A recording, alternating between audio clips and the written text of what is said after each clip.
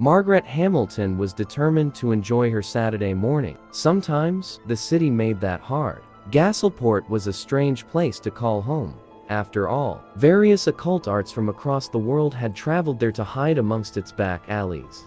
And it, being located smack dab in the strangest waters the world had to offer, did little good. Plus, it being a port city, she had been forced to mingle with all sorts of folks. She was of fine, gratin stock, the proper race for a person, as she would proudly tell people, but she tolerated them and their strange improper ways, as she tolerated the odd and sinister occurrences that manifested themselves throughout the city, like gnarled digits of Gaselport itself, enacting its cruel will. Those events happened far away, after all, in the slums of the city, to the degenerates, very far away from her lavish home, and her cushy chairs and antique vases, and that lovely fireplace that kept her den so nice and toasty. Very far away, far enough away that it might as well have just been a story, one of those nifty new radio plays, fancied up for her enjoyment. But that past week had been a trying time for her, for some celebration of the Harashi people was growing imminent, and they were all in a huff to see that it was the loudest, noisiest one yet. No doubt they believed that the raising of the sun depended upon their animalistic displays, their nonsense chanting that she was half sure they couldn't understand themselves and were just making up as they went, all that stood in the way of an eternal night, or some other such nonsense. As she stepped into her den, bathrobe around her elderly form, and a cup of steaming tea in her gnarled hands, she briefly considered writing a book on those savages and their customs. She was up close with them. After all, she was more suited than anyone else. That way, the civilized folks back home at the Empire could read of their absurd ways, gasping in horror and amusement, without having to deal with their strangely scented food and abrasive ways themselves. Yes, it would be a proper thing to do, her duty as a Groton woman, but first, there was a relaxing morning to be had.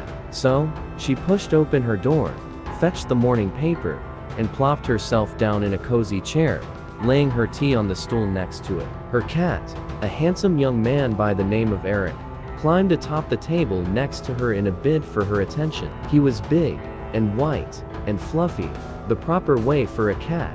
She had little taste for those short-haired strays that roamed the city like they had some right to the place. Eric, though, it contained all the proper things a newspaper was supposed to have. The rise in the price of milk, she wouldn't have even noticed if the paper hadn't pointed it out to her. Some new Harashi play was a raging success, it would have seemed.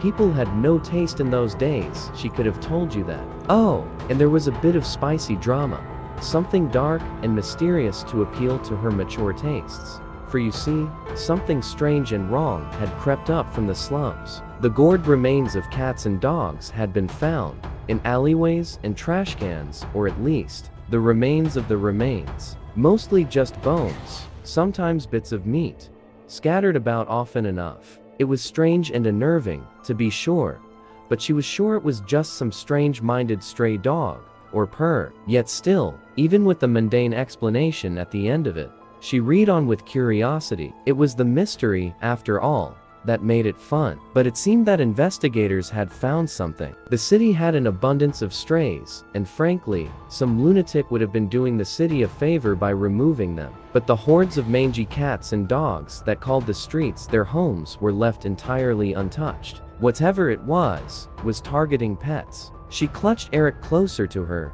much to his dismay. "Oh dear," she muttered, again thankful that she didn't let him out. But through the horrors, she read on, like some Groton explorer that ventured further into the savage unknown. The authorities had gotten the Academy of New Magic involved. Truly, the greatest collection of weirdos the city had to offer. And that was saying something. And through their knowledge and abilities, they determined that it was indeed of an occult origin. The Watch, brave lads, those, at least the Groton ones, worked with the Academy, and they tracked the horror to its source. A home, in the Gold District, of all places. Her neighborhood practically, and there, inside, they had found it. She flipped the page, and found a photograph of the thing, grainy and low quality. It was plastered onto the ceiling of the house, a mass of flesh and bone. Strange, half-formed faces around canine and feline skulls. It looked fake. In the black and white photograph, it looked like nothing. So much, They said that the thing was writhing and moaning when they had found it, but she had a hard time believing that was true. They had quarantined the house, keeping the horror alive for the time being, as they tried to figure out just what to do with it. And then, at the end of the story, she saw the 1563 North Page Boulevard. But no, that couldn't be right, not at all. She was at 1562 North Page Boulevard, and to propose that she had been living next to such madness was preposterous. Someone must have made a mistake. She set her paper down and made her way over to her window, pulling her. One of the faces, one that looked oddly like her Eric, seemed to look back at her. Some botched attempt of a smile made from the meat stretched over its skull. She found that she suddenly couldn't breathe. That thing, it was real, it was there. She could go to it and touch it.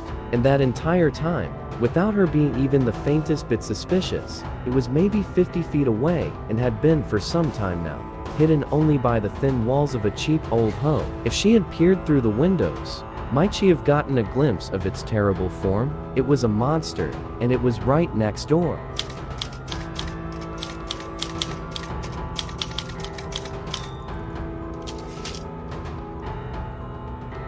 This was also the story on Reddit. If you liked it, don't forget to like it to let me know that you will like what I'm doing. Even if this is the first story on Reddit, don't forget to leave your opinion in the comments.